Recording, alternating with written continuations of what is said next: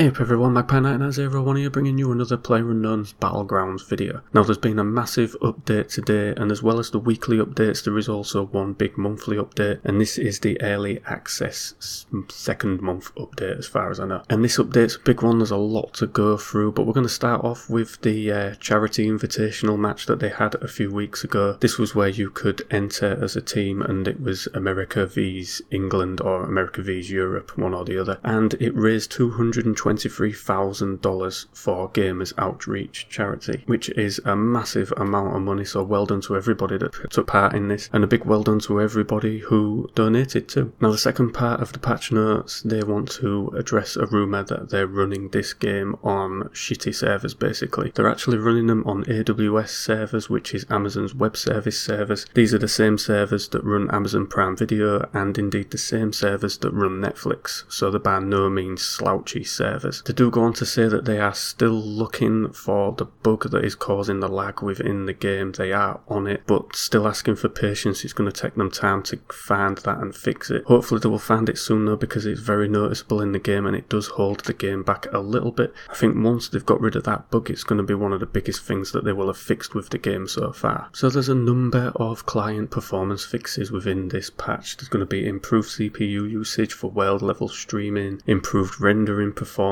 on things like fences, grass, weapons and attachments, things like that. It's going to be overall fixes on draw distance and rendering of objects far away, and just general little tweaks to make everything a little bit tighter. For content, they've added VSS, which is a suppressed sniper rifle with a permanent 4x scope and chambered for 9mm ammo. This will only be found in care packages as a very rare loot spawn. They've also added a sidecarless motorbike into the game, and you now have air controls over your bike, so you can actually move it as it. You'll notice when you've used these motorbikes that they can flip up and you can do wheelies on them, and it can be sometimes very hard to land. Now you're going to have a degree of control during that, so you'll be able to maybe land it a little bit better without injuring yourself so much. For gameplay, they've reduced the moving speed of the two final play zones for better engagement during the end game, so you're not going to have to worry too much about the gas coming up behind you now, which creates a bit of a panic, and it can, I don't think it ruins gameplay, but some people struggle with it a little bit, so now you're going to have a little bit more time to get yourself positioned and ready for the final two encroaches of the gas. And they've made some balancing tweaks to certain weapons. The Vector has had its bullet damage reduced slightly, which it did need that. It was a hell of a weapon if you could get hold of one. And they've increased the deviation gain per shot. The Winchester, the S686 and the S12K have all had their reduced pellet damage slightly. The AKM has increased bullet damage slightly. They've modified the recoil for these following weapons: the AKM, the SCAR, the M16 and the M416. And this is a massive one. This one, they've added new vegetation to the lobby. Oh yes, you can be able to look at new grass while you're waiting to join a game. They've also improved the sound of the motorbike, so it should sound a lot better now, and they've added a sound for door destruction effect. And then there's just an absolute massive list of bug fixes. They've fixed an issue that disabled bullet tracing for the SKS, fixed a bug that caused the game client to crash when a flashbang goes off, partially fixed bug that caused the character to get stuck in terrain, buildings or objects, partially fixed a bug that caused a vehicle to get stuck in buildings, fences or other vehicles, partially fixed a bug that caused items to be unlootable, fixed a bug that caused care packages to shake when falling, fixed a bug that caused a throwable weapon to be thrown into the free look direction and not the direction in which the character is facing, fixed an issue with two markers being visible when placing a marker in the aeroplane after placing it in the lobby, fixed a bug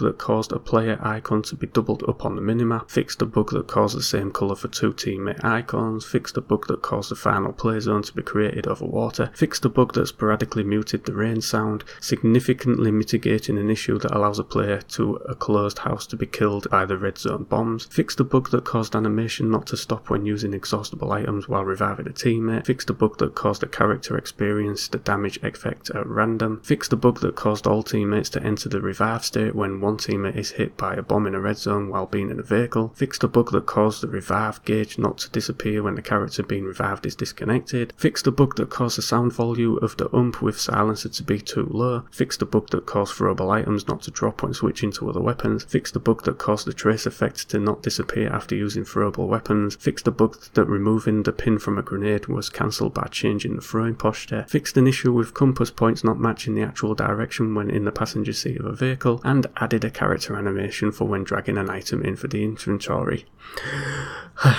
So yeah, there's a lot of bug fixes and a lot of little tweaks in this update. It's looking very good. Be interesting to see what this VSS suppressed sniper rifle looks like. The chances of me ever getting hold of one are very slim. Out of almost 200 rounds, I've only won 2 so far. So I'm not doing great, but I enjoy the game massively, so it doesn't put me off that I don't win that much. And yeah, it's looking pretty good now. This patch will roll out to the community test server tomorrow, which is Wednesday the 24th of May, and then it will go live to everybody on Thursday, which is the 25th of May. So all being well, we'll give this a good bash over the weekend and see what fixes it's done, whether it's made the game a lot better, whether they've actually broken anything with it. Hopefully they won't have. But yeah, bonus points to them at Blue Hole Productions. They're doing really well with this game. So that is all I've got for you today. Thank you very much for watching and listening. Don't forget to like, share and subscribe, and I will catch you in the next one. Take care.